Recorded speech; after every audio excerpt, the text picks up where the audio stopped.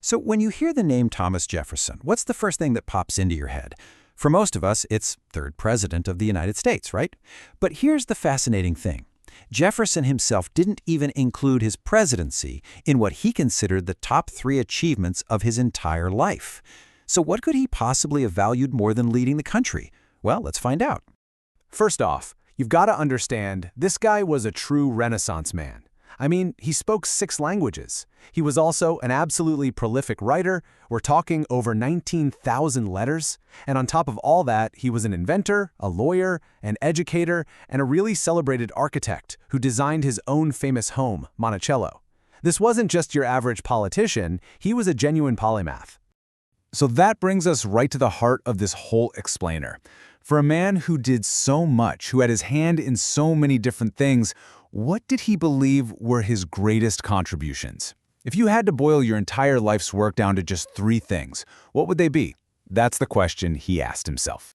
And here's the answer, straight from the man himself. He actually wrote his own epitaph, and these are the 3 things he wanted to be remembered for. You know what's really wild? It's what he left out. No mention of being a minister to France or Secretary of State or, and this is the big one, President of the United States. So why? Why these 3 achievements above everything else? Okay, let's start with the first one, and it's a huge one. Author of the Declaration of American Independence. This alone would have cemented his place in history forever, but the story behind it makes it even more incredible. Get this. Jefferson was only 33 years old, one of the youngest delegates at the Continental Congress. He was given the job of drafting the Declaration, and he hammered out the first version in just 17 days. 17 days to write the document that literally gave birth to a nation. That is an absolutely astonishing feat. And of course, in those 17 days, he penned what might just be the most famous and powerful phrase in the English language. This one sentence has inspired movements for freedom and human rights all over the world for more than 2 centuries. You see, for Jefferson, this wasn't just about politics. It was about defining the very idea of human liberty itself. But for Jefferson, political independence was really just the beginning. His other 2 chosen achievements show us his deep, deep commitment to building the intellectual and, the spiritual foundations of this new nation. He really saw these 2 things as 2 sides of the same coin, freedom of the mind. First, you have the Virginia Statute for Religious Freedom. Now, this was a truly radical idea for its time, establishing a clear separation between church and state. It basically guaranteed that what you believed was your business, not the government's. And then there's the University of Virginia. He didn't just found it. He designed the whole thing as a new kind of school, one free from religious doctrine, where students could just pursue knowledge for its own sake. To him, intellectual and spiritual freedom were every bit as important as freedom from a king. So, okay, we've seen what he put on his tombstone. But what about the incredible life events that he left off? To really get the full picture of Jefferson, we have to look at the other things he did, including that, minor detail of being president.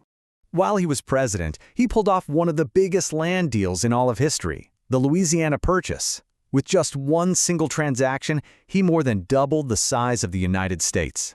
It was a bold, even controversial move, but its impact was massive and absolutely undeniable. And you just can't talk about Jefferson's life without talking about John Adams. They started out as allies, then became bitter political rivals during that chaotic election of 1800. After a decade of not speaking, they made up and started one of history's greatest pen-pal relationships. And then, in this unbelievable twist of fate, they both died on the exact same day, July 4th, 1826, the 50th anniversary of the very declaration they had created together. Just incredible. Now, on a personal level, Jefferson was a family man. He loved his children and grandchildren and was known to play games with them. But his family life also holds a deeply complex and, frankly, troubling reality. After his wife died, he had a long-term relationship and fathered children with Sally Hemings, who was an enslaved woman living in his household. Acknowledging this is absolutely crucial to understanding the full and often contradictory picture of the man. So even if he didn't put his presidency on his own tombstone, Jefferson's legacy is, it's all around us. He's a figure who is literally carved into the American landscape and its identity. I mean, think about it. His face is blasted onto the side of a mountain at Mount Rushmore. It's on the nickel coin and the rare $2 bill. And, of course, you have the magnificent Jefferson Memorial in Washington, D.C. Whether you're handling cash or visiting the nation's capital, his presence is still very much felt today. And that brings us to a final thought. Jefferson chose to be remembered not for the power he held, but for the tools of freedom he gave to other people, political, religious, and intellectual freedom. He valued ideas more than authority. It's a really powerful choice, and it kind of makes you wonder, if you had to write your own epitaph today, what would you want it to say? What would you choose?